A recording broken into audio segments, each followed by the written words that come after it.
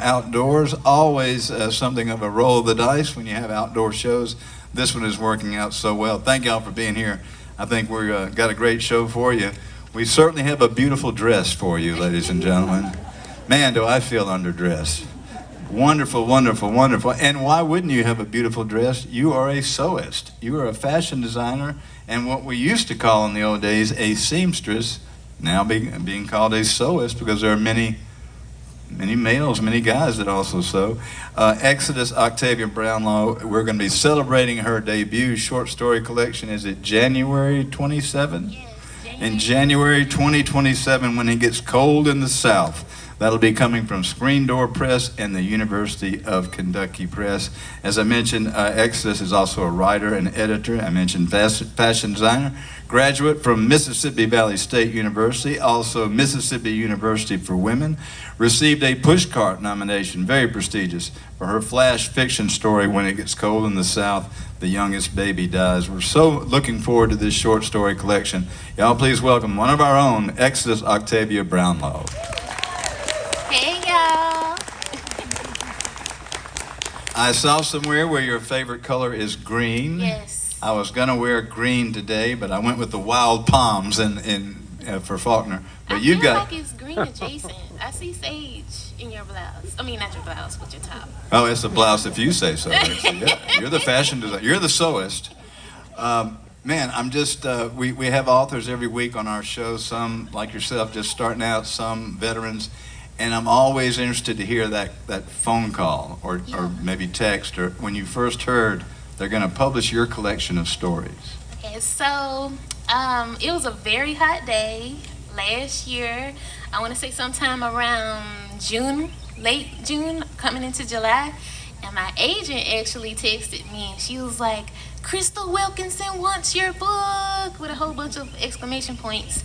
And I just remember like my heart beating so fast because I'm such an admirer of Crystal Wilkinson. She's such a gift, what I like to call like a literary living giant in our day and time. Wow. And what I like about her was that I heard a podcast episode from her with Black and Published, and she was talking about how writing from perspectives of her ancestors and having to access that part of herself that didn't know certain things that she wanted to cook, and letting the intimate time with her and her ancestors, people that she'd never met, bring that knowledge to her. And I remember feeling it on such a personal level because sometimes when I write, I think to myself, like, how do I know this? Like, I haven't been around to know this. Why do I know this? And I think there's something so beautiful about our past and our ancestors living on throughout us and giving us those little stories that all we have to do is sit down and give them the space to speak for us. That is so wonderful. I read you have a great website. I encourage you to visit Exie's website where you have a lot of your work, your short stories. And these are, when we say short stories, we are talking about what maybe they call flash fiction. Mm-hmm. Some of these stories are maybe not even a page long or a page and a half. Yeah. So micro short stories. And you did one on going to see Bobby Rush with your grandmother in Greenwood, and I'll leave it at that. You got to look that up. It is wonderful. But when you're talking about your ancestors, I imagine you had some grandmothers in your life. Yes. Because the grandmother in the Bobby Rush story, she's a pistol. That's my Auntie Nanny, actually. But my Auntie Nanny is on my maternal side, my mom, Tracy Ann Brownlow, and my grandmother actually passed away last December, but they were sort of close in age and they were very connected. And so I always say my granny and my nanny because they were just like two peas in a pod, basically. But yeah, had I known y'all were going to go all out on the blues, I probably would have bought the Bobby Rush piece to read. Oh, no. They need to read it and get the discovery and be able to laugh out loud at home. It is wonderful. But about the sewing, you're going to continue that. You made this dress, I presume. I actually didn't. I'm on the road to learning how to make dresses like this. I'm learning with my grandma Katie. She's very old school. She does not use a machine. She sews everything by hand. Coats, jackets, pants, comforters, everything. And I think what's been beautiful about learning underneath her is that, number one, she's right down the road, so I get to save gas. And I don't have to go to fashion design school, which is very expensive. And then number two, I too like to sew by hand. I find it very therapeutic. I'm not a very big technology type person. I will have a phone until it's down to the last chip before I replace it. Right. So her kind of echoing that energy of just having that time to sit down, simple thread, simple needle, the fabric, and just letting the hours go by. So it's been wonderful. I appreciate your honesty. You could have told me you made that dress, and none of us would have had any idea. We would not have been the wiser. It is beautiful. All righty, we're going to hear some of your work right now. And again, I'll remind you to look for it in January 2027, a collection of short stories, some of them very short. Exodus was telling me you've got some longer stories in the book coming out. So again, it will be called When It's Cold in the South, and it's coming from University of Kentucky Press. Y'all please welcome again Exodus Octavia Brownlow. Thank y'all so much for having me. Thank you, Thacker Mountain Radio. Thank you for everybody who was involved in setting this up. I'm so happy to see everybody today. It's like a very beautiful and big crowd, and that's what I wanted. I was like, ooh, I hope there's like 1,000 people out today, because I really want to show out for y'all. As previously mentioned, my debut short story collection is called When It Gets Cold in the South, which will be publishing with the University of Kentucky Press in January 2027. Since we are so close to Oxford, I figured I would read y'all my piece called Johnny Grisham. Okay. Johnny Grisham, the setting is Honey, Mississippi, Alistair's restaurant, and the year is 1990. Ladies and gentlemen of the jury, Johnny spoke with a stressed Southern slang to the table where his family sat scrunching up their faces at the fabricated staging of winter wonderless lands, tired of November before it even got there good. The table not taken with the pretty wanting wrappings of wants and wishes to come in the upcoming winter. The table, noticing that the autumn had cast a stone wash over their skin and their summer steel-tanned skins had not been fed in weeks, had started to become all blanched out, anemic up, and bleached down. The table, speaking several blasphemous statements that Thanksgiving made them fat and Christmas made them broke, and the New Year, oh Lord, all it ever did was get them in an excitement of sorts to be something that they could not. Just how in the world were they to make millionaires of themselves within the teeny tiny times of 365 days? They did not know. Fools for the fiery seductions of the what-ifs and failures every time. But one somebody who had not failed was their Johnny. Their Johnny had passed that bar and was soon to start a position as a big-time junior lawyer way up in northern Mississippi, the first black man to ever receive such an offer from that part of the state. Far as they were concerned, these were the holidays worth having. Yo, hush! Johnny fixing to say something. Go on now, Johnny Grisham, his father and mother teased. Go on, speak your piece, son. There'd been a whole heap of them, 20, a sea to shining sea of Negroes that had not collected into such a secular whites-only seasoned occupation since the great stealing of them on the blacks-only Atlantean ships. Alistairs had not been prepared. Sitting to a different side, Johnny sought out and found another kin face crowned around a cluster of before-time blonde belles. Her, the ebony fixed jewel whose eyes did not meet him once, not any of them ever, sat at the setting of her plate, staring at a slash of macaroni as if it were a chip of citrine that suddenly tipped out from a tiara. Grabbing an empty glass to toast them, no such thing as bad luck when you believed in the Lord, he said, "You all are the pieces to my puzzles of success." Not nobody had been worried about Johnny when he went off to school with all them white folks. Boyhood ages of back-to-back hammerings, remindings, teachings from mother and father. You can't be too passionate like Malcolm because then they'll kill you. Can't be too optimistic like Martin because then they'll kill you. Can't be too benevolent like Jesus because then they'll kill you. You gotta weave through all three and more real seamless like, sitting to whatever situation you find yourself in. You must only take your true shape back on when you're out of the world's sights and safe at home. 65 minutes passed, not a single dinner roll in sight. Water glasses with only water and other glasses cuddled in cups with only candles' scents. No tea. School of rushing waiters washing by them and tending to the needs of others who'd gotten there at the same time they had or after. Their sweet teas refilled while still full. Platters making well use of their purposes. His folks mumbled over their hunger, tongues wanting to taste something, perhaps a sip of the candle-scent air to leave a trace of taste and settle their stomachs.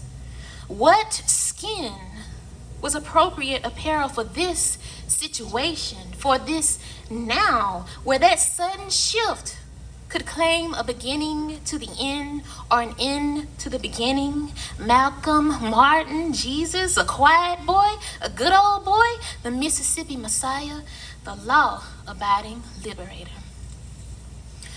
Johnny spoke to the entire restaurant this time, not only his table. Everyone, may I have your attention? Sir, one waiter asked, separated from his swarm of Western Tama tuxedo waiters. Ladies and gentlemen of the restaurant, these are the facts. My family and I, and faithfully and made committed to a reservation here in order to be catered a properly made meal. In 65 minutes, we have only been provided water. Now, in these United States of America, in the state of Mississippi, there is no legal obligation to serve free drinking water to customers. However, it is a customary, a courtesy which Alice's have managed to fulfill. Hand me that water, son. Let us have a taste.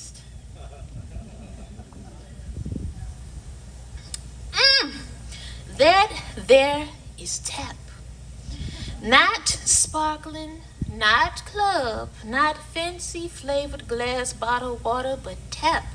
I taste the Mississippi on it to be sure. We have only had their customary tap water, the feel of their fine warm air, strong chairs to sit upon, but they have not taken our orders. By that definition, we are not customers. We are just visitors, it appears, taking up space, making the heater work just a little bit harder to keep us all toasty and warm. Alice's cannot fault us for leaving, cannot oust us as non-paying customers because there have been nothing served our way for us to pay. People of the restaurant, do you agree? Yes, came a surprise assent from people wanting to just be part of something. Do you agree that if my family did not even get a single sip of sweet tea or a solitary snippet of beef tenderloin, ate with our mouths and not our teeth, pounded our forks to plates like pencils to worn out notebooks, if we were not serviced reservations of most disregardable disregard, would you all agree that there is no debt to be owed? Yes, the resounds roared.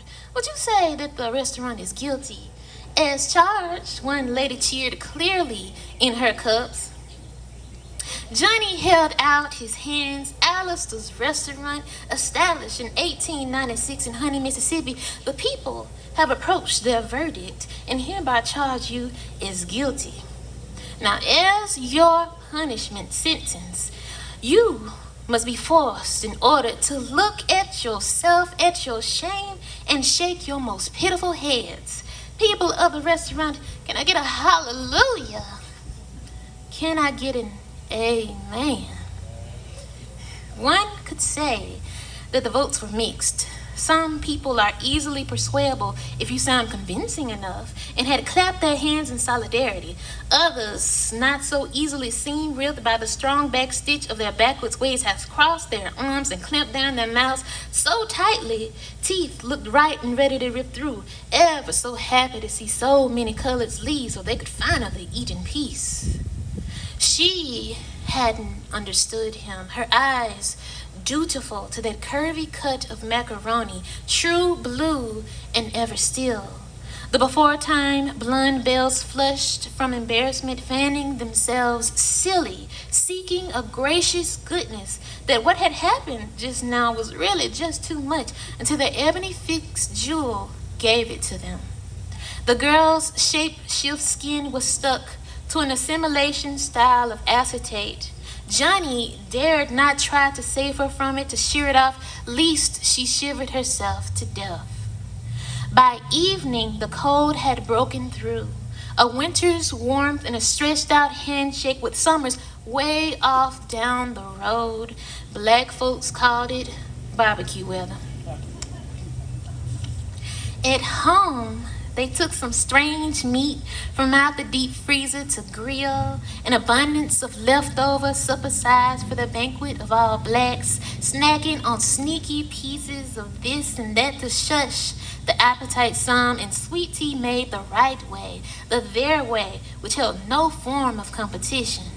They sat on the porch a spell, freed from false faces and strategic speeches and unspoilt personables, themselves being themselves, Johnny being his Johnny, the sun spoon-feeding their starving skins, baby browns gradiating to adult deep darks, and they all felt so full. Thank you.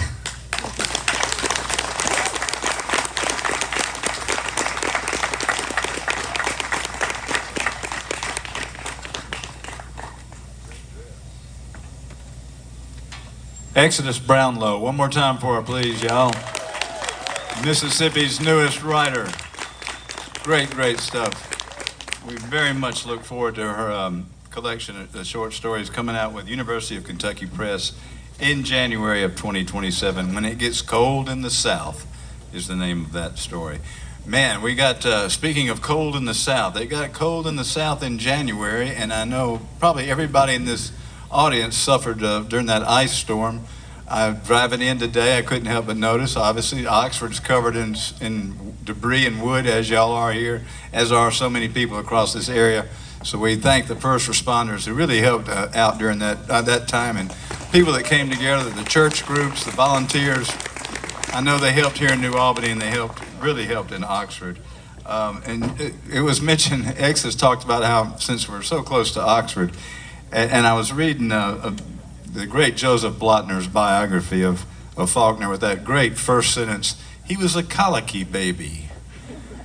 And his mother Maud would sit up all night rocking him, and he's coughing away, and they didn't have a rocking chair, so Maud's in a regular straight back chair, and every time she rocked forward, you could hear it all up and down the neighborhood. Had the windows up because it was hot in September. And the New Albanians, as we've said, some of the New Albany folks thought the Faulkners were a little bit putting on airs and a little bit standoffish, but what they really objected to was they appeared to be chopping kindling at all hours of the night, every time she would hit that floor.